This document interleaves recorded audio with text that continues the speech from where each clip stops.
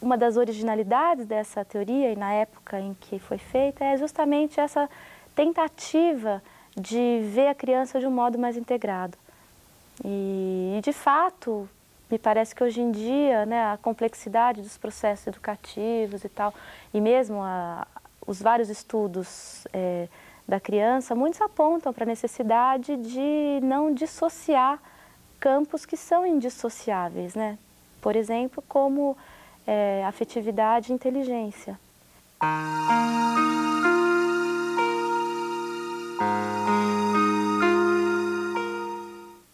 Henri Vallon nasceu na França em 1879. Viveu toda a sua vida em Paris. Antes de chegar à psicologia e à educação, passou pela filosofia e pela medicina. Vallon viveu num período marcado por muita instabilidade social e turbulência política. Acontecimentos como as 2 guerras mundiais, o avanço do fascismo no período entre guerras, as revoluções socialistas e as guerras para a libertação das colônias na África atingiram profundamente a França. Participou ativamente de movimentos contra o fascismo e da resistência à ocupação nazista. Atuou como médico em instituições psiquiátricas até 1931, atendendo crianças com deficiências neurológicas e distúrbios de comportamento. Ele via a escola como um contexto privilegiado para o estudo da criança. Acreditava que a pedagogia oferecia campo de observação à psicologia e questões para investigação. A psicologia, por sua vez, ao construir conhecimentos sobre o desenvolvimento infantil, ofereceria um importante instrumento para o aprimoramento da prática pedagógica. Foi um dos autores do Plano Langevin-Vallon, um ambicioso projeto de reforma de ensino. Faleceu em 1962. Bom, o projeto teórico da teoria do Vallon, na sua vertente, né, de psicólogo, é a psicogênese da pessoa, isto é, estudar a gênese dos processos que constituem o psiquismo humano. Por meio do estudo da criança, e ele concentrou os seus estudos nas fases iniciais da infância, a intenção é compreender como que vai se imbricando, articulando a complexidade de campos e de fatores que constituem o psiquismo humano, tendo ressalvado que ele tem um limite que é estudar o campo da consciência. Nessa tentativa de olhar a criança de um modo integrado, ele vai delinear 4 campos, que são chamados campos funcionais, sobre os quais a teoria vai fornecer mais elementos.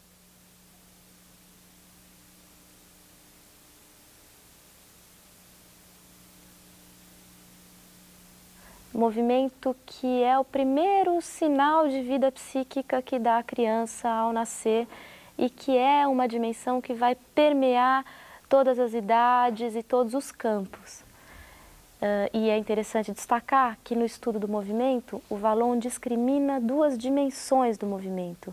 Uma é a dimensão mais expressiva, isto é, que é um movimento que não significa deslocamento necessariamente, mas que é a expressão que está na base das emoções. E a outra dimensão do movimento que ele vai estudar é sim a dimensão instrumental, isto é o movimento mais comumente estudado, né, que é de ação direta sobre o meio físico, o meio concreto.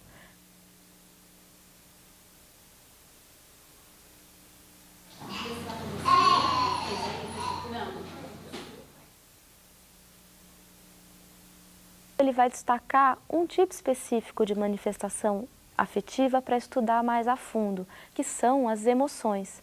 E por que ele vai estudar as emoções? Justamente por serem as emoções as primeiras manifestações afetivas que compõem, que estão presentes e que se constituem na criança, né? E vai mostrar como as emoções são um fator fundamental de interação da criança com o meio no qual ela está inserida.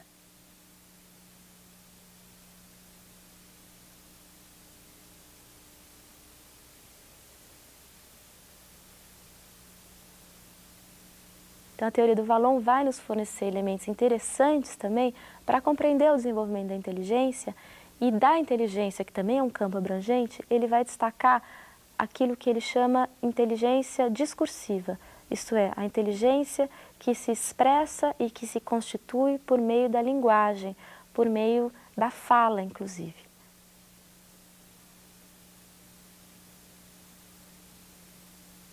Um quarto campo é o campo que ele nomeia pessoa, justamente, que é, ao mesmo tempo, aquilo que articula todos os demais, mas também é um campo independente, isto é, ele vai mostrar, portanto, como que, ao longo do desenvolvimento, vai se construindo a noção para cada sujeito de si mesmo diferente do outro, né?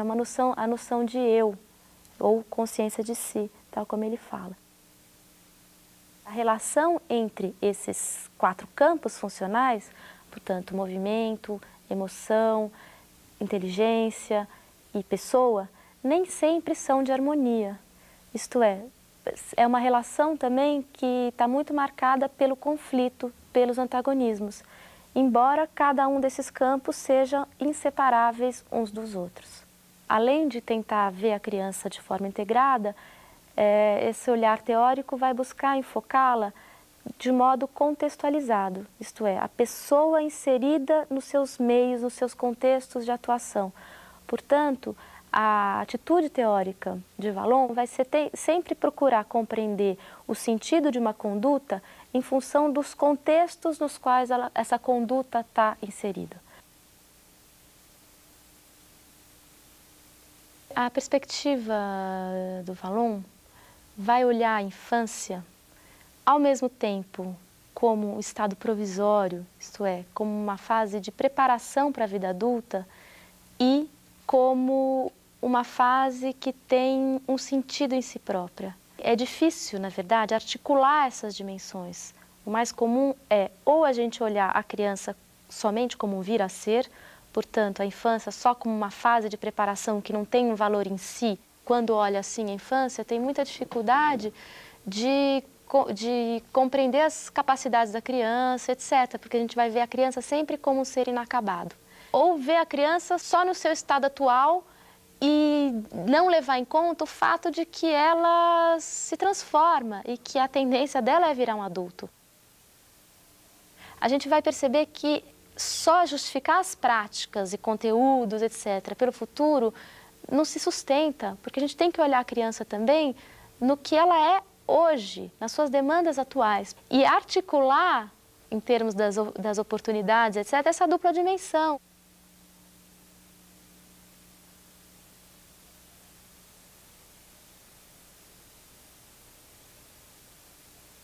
Mas é evidente que a escola também não pode anular uma terceira dimensão temporal, que é a história da criança.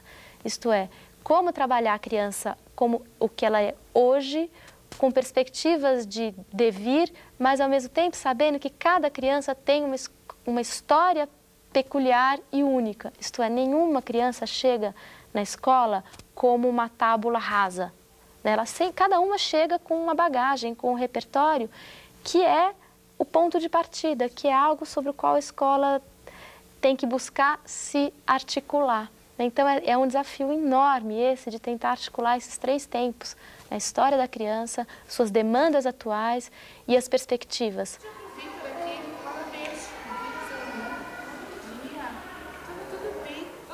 Quando ele fala e estuda as emoções, está se referindo a um tipo específico de manifestação afetiva. Portanto, as emoções se inserem no campo maior que é a afetividade.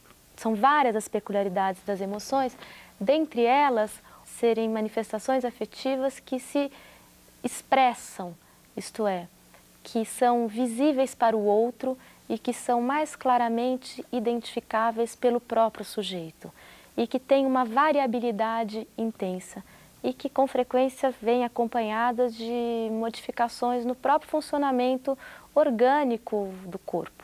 Para compreender o sentido das emoções no desenvolvimento humano, é necessário olhar os primórdios da vida humana, portanto, as primeiras situações, reações do recém-nascido. Ele é desprovido de capacidades que lhe possibilitem agir diretamente sobre o meio físico. Ele está num estado de imperícia, porque ele não consegue pegar a mamadeira sozinho, etc. Ao mesmo tempo que ele tem essa imperícia do ponto de vista das condutas que possibilitariam a ele agir diretamente sobre o meio físico, ele é dotado de uma enorme expressividade, isto é, toda uma gestualidade que no começo é disparatada, desintegrada, desarticulada, que parece sem sentido, o próprio choro como uma manifestação emocional de uma força intensa, tem uma expressividade muito grande. Nesse sentido, a gente vê como que o bebê pequeno é eficaz, porque ele é capaz de mobilizar toda uma família, né, com seu choro, por exemplo. E essa mobilização dos outros que decorre disso se explica, segundo Vallon, pela natureza contagiosa, né, com a possibilidade de contágio inerente às manifestações emocionais.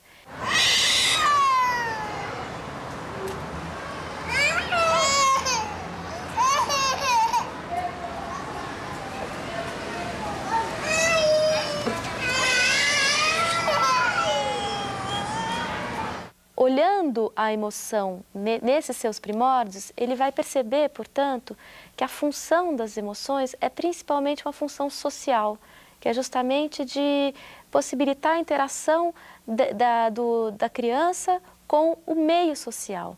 Nesse sentido, o primeiro meio com o qual interage a criança não é o meio físico dos objetos, mas é o meio das pessoas. Então, é essa ligação profunda da criança pequena com as pessoas com quem ela convive, e sobretudo com as pessoas das quais ela depende. Isto é, a relação de dependência da criança com os parceiros mais experientes, mãe, pai ou outro responsável, compõe também esse quadro em que essas manifestações expressivas têm essa função de interação, de ligação com o outro. As emoções, portanto, são o primeiro recurso de interação da criança com o meio social. Por isso elas têm um papel fundamental. É o que permite ao recém-nascido da espécie humana se imergir no meio social e, desta forma imerso, ter, por exemplo, acesso à linguagem. E é a linguagem que é o recurso fundamental de estruturação do pensamento, de construção de si. Porque daí quando ele chegasse em casa, ele ia fazer o peixinho para ele, ó, comer, porque...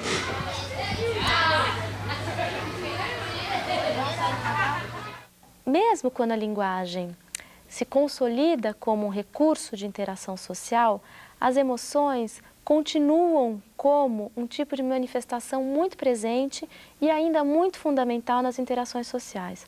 Porque, como eu disse no início, as emoções têm por uma característica importante a sua extrema contagiosidade entre os indivíduos. E esse traço é um traço que fica muito claro nessas situações de dinâmica de grupo, por exemplo. Quantas situações em sala de aula não podem ser melhor compreendidas se a gente vê esse fator? Vou dar dois exemplos. Um exemplo que são situações de turbulência, que situações de alvoroço e etc., que muitas vezes têm motivos muito concretos para ocorrerem. Motivos concretos e que estão na base das práticas educativas que têm que ser ajustadas. Mas outras vezes, essas situações de turbulência e alvoroço parecem não ter motivo concreto, mais ligado à organização da atividade. E aí a gente pode entendê-las melhor recorrendo a essa ideia das emoções. Isto é, então muitas vezes é a excitação de uma criança ou do próprio professor que contagia as crianças, que contagia o professor e acaba criando algumas situações, às vezes, de muito descontrole. Mas essa mesma contagiosidade das emoções, ela também está presente nas dinâmicas de grupo de um modo muito positivo, que é, por exemplo, aquilo que permite que um professor, quando está entusiasmado com a sua atividade, entusiasmado com aquele conhecimento que ele quer partilhar com as crianças, consiga, por meio do seu entusiasmo, que vai se refletir no tom da voz, na expressão dos olhos, na postura do corpo dele, consiga contagiar positivamente as crianças que tenderão a ficar igualmente entusiasmadas por esse conhecimento.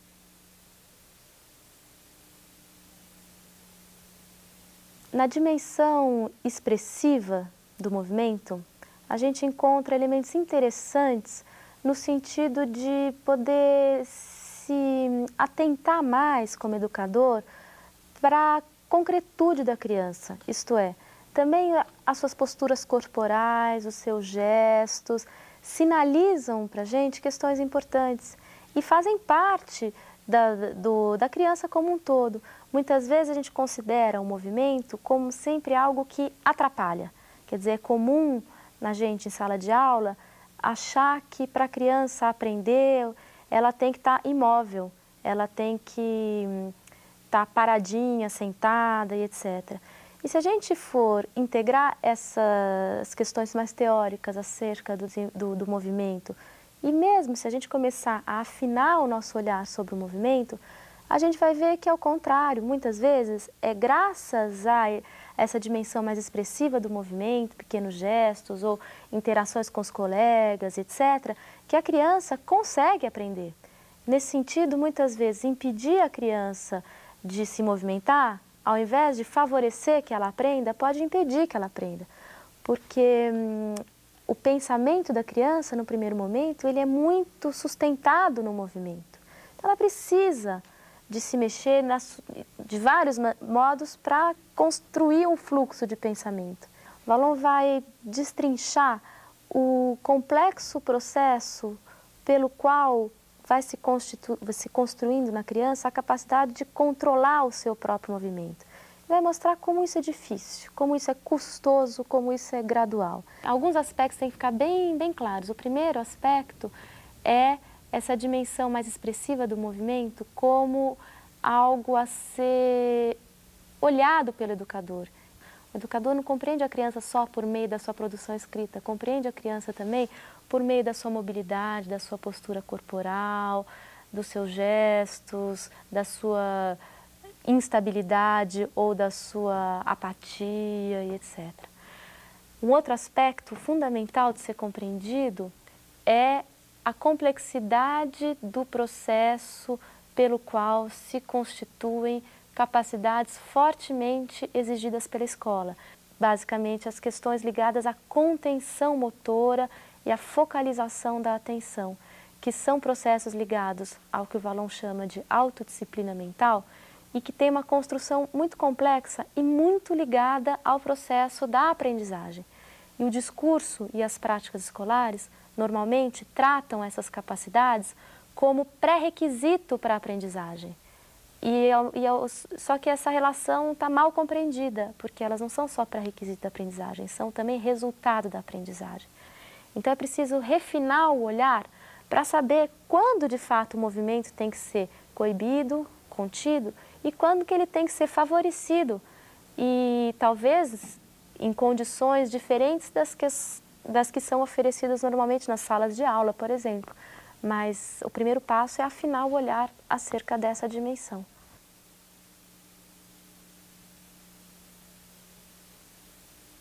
O estudo da inteligência, na perspectiva do Vallon, tem também vários aspectos interessantes. Um deles é a ideia de que a inteligência nasce das emoções, isto é, a inteligência se constitui, se constrói em cada indivíduo graças a esse primeiro momento de fusão emocional que há no início da vida humana, e por meio desse momento de fusão emocional é que a criança pequena tem acesso à linguagem própria do seu meio.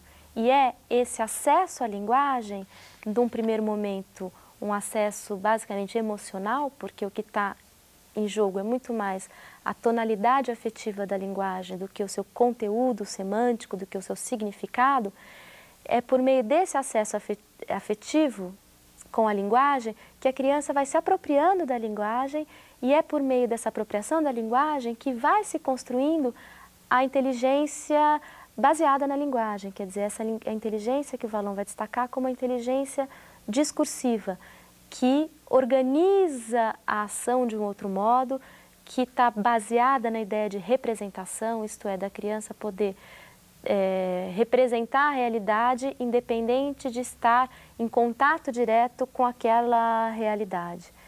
Logo, essa ideia de que a inteligência nasce da emoção mostra para a gente o quanto a afetividade e a inteligência estão intimamente ligados. Uma vez que a inteligência vai se constituindo como um campo importante do funcionamento psíquico, a tendência é que vá se instalar também uma relação de antagonismo entre a inteligência e a emoção. Isto é, são dois campos que são completamente ligados uns aos outros, mas entre esses dois campos vai haver constantemente uma relação de conflito e antagonismo. A inteligência também, ela se apoia fortemente no ato motor. Por exemplo, para ilustrar isso, é a gente lembrar dos primeiros faz de conta da criança, onde ela faz um gesto que representa um objeto.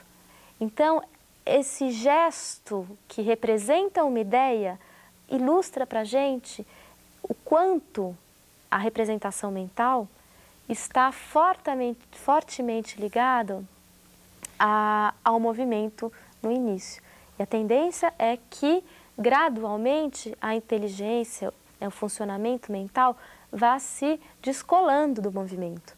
Mas esse é um processo gradual e é um processo que nunca se completa totalmente. Basta cada um de nós pensarmos o quanto a gente move as mãos para falar ou o quanto a gente pensa melhor ou pior numa dada posição, num determinado movimento.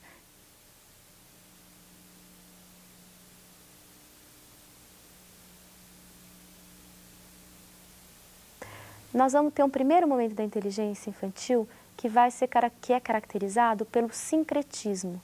Isto é, a inteligência ela tem uma característica que o Vallon vai definir como central, como principal, que é esta de misturar muitas coisas. O sincretismo evoca isso, quer dizer, mistura, globalidade, confusão. O pensamento sincrético é um pensamento, por exemplo, em que a criança não separa a qualidade da coisa. Por exemplo, é uma situação em que a criança pequena tem dificuldade de aceitar que, sei lá, uma criança de 2 anos, ou de 2 anos, 3 anos, que briga com uma outra criança que ela descobre que a mãe tem o mesmo nome. Então, nessa situação em que o menino briga com o outro que diz, minha mãe chama Eliana, e o primeiro menino diz, minha mãe também chama, é a minha mãe que chama Eliana, e não admite que a mãe do segundo possa ter o mesmo nome que a dele, a gente vê um exemplo de sincretismo. Por quê? É como se o nome Eliana fosse colado à figura da mãe dele.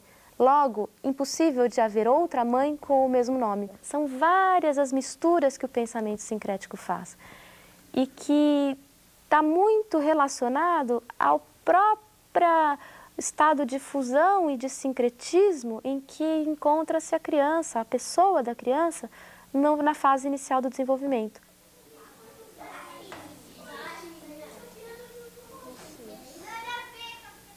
Então, a direção do desenvolvimento da inteligência é de um estado de total indiferenciação para estados progressivos de diferenciação.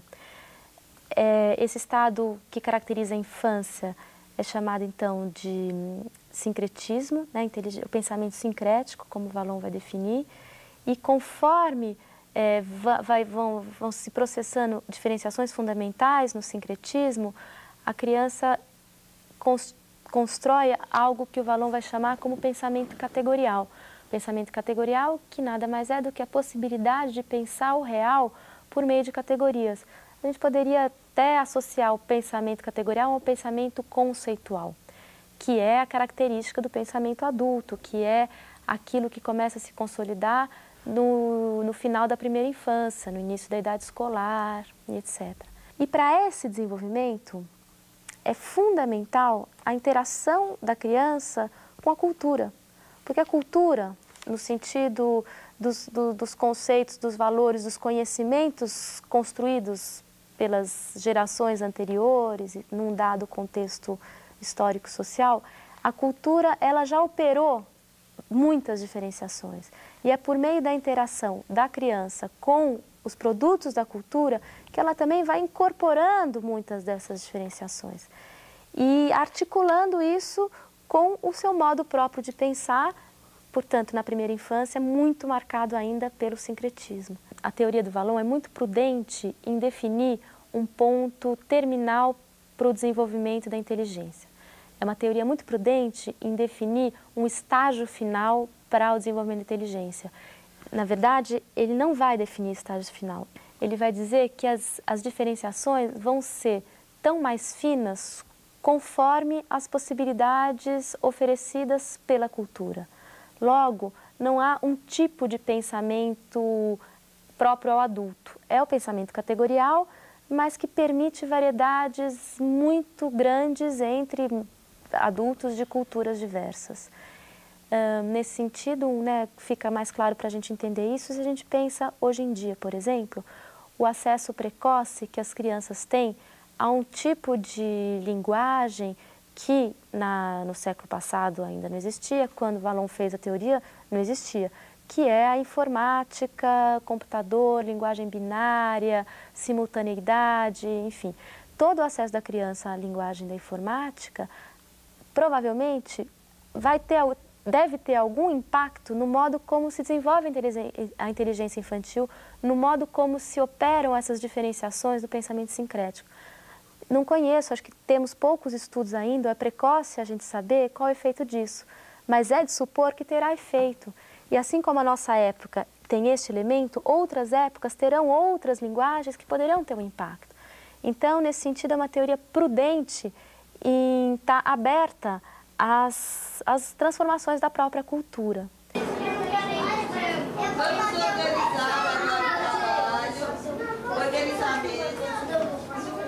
Embora sejam valorizadas as conquistas do pensamento infantil na direção de maiores diferenciações, portanto, valorizada a construção do pensamento categorial, que é o que permite operações conceituais, elaboração de teorias, etc., a perspectiva do Vallon vai também valorizar o pensamento sincrético. Quer dizer, esse pensamento próprio da criança, onde vários planos se misturam, onde qualidade e coisa aparecem colados, onde muitas vezes a gente tem a ideia de uma confusão, esse tipo de pensamento é fundamental e vai estar sempre presente mesmo no adulto.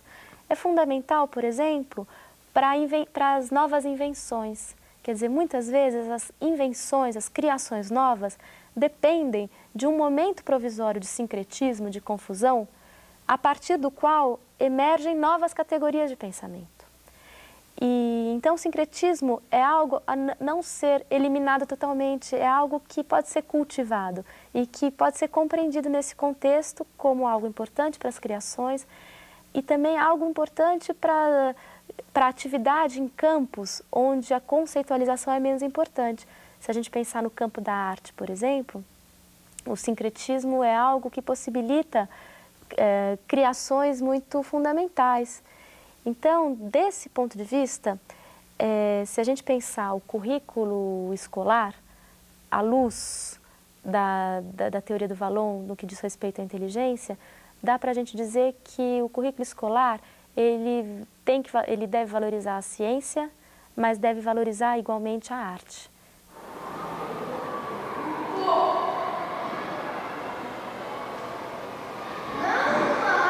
A pessoa é como se fosse a unidade na qual se articulam movimento, afetividade, inteligência, mas é ao mesmo tempo uma unidade em si, isto é, o Vallon vai estudar como se constrói na criança a consciência de si, a ideia de uma unidade subjetiva, ideia que não é dada desde o nascimento, porque no início a criança, dado que inserida nesse contexto de fusão emocional, ela não se percebe como uma unidade diferenciada do outro, ela se percebe como fundida, diluída, colada ao outro ou ao outro.